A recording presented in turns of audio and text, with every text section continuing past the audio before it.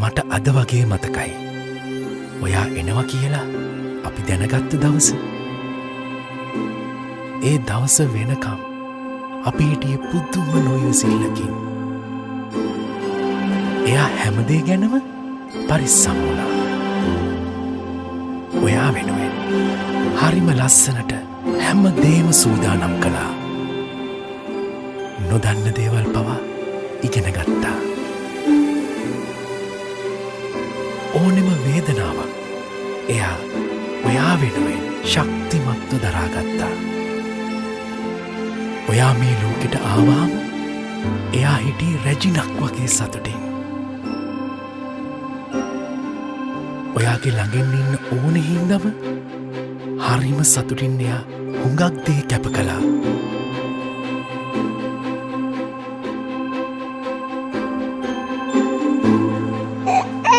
ඔයා අඬද්දි කොහේ හිටියත් මොන වැඩක හිටියත් මටත් කලින් එයා ඔයා ළඟට දුවන් ආවා.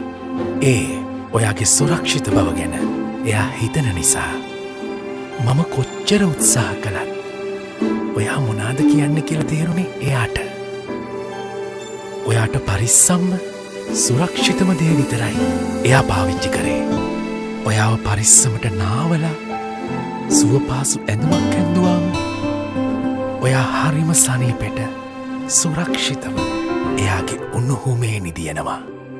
මේ ලෝකේ එයාට තියෙන වටිනාම වස්තුව ඔයා තමයි එයාගේ හැමදේම. එයා තමයි ඔයාගේ අම්මා. මම්මා.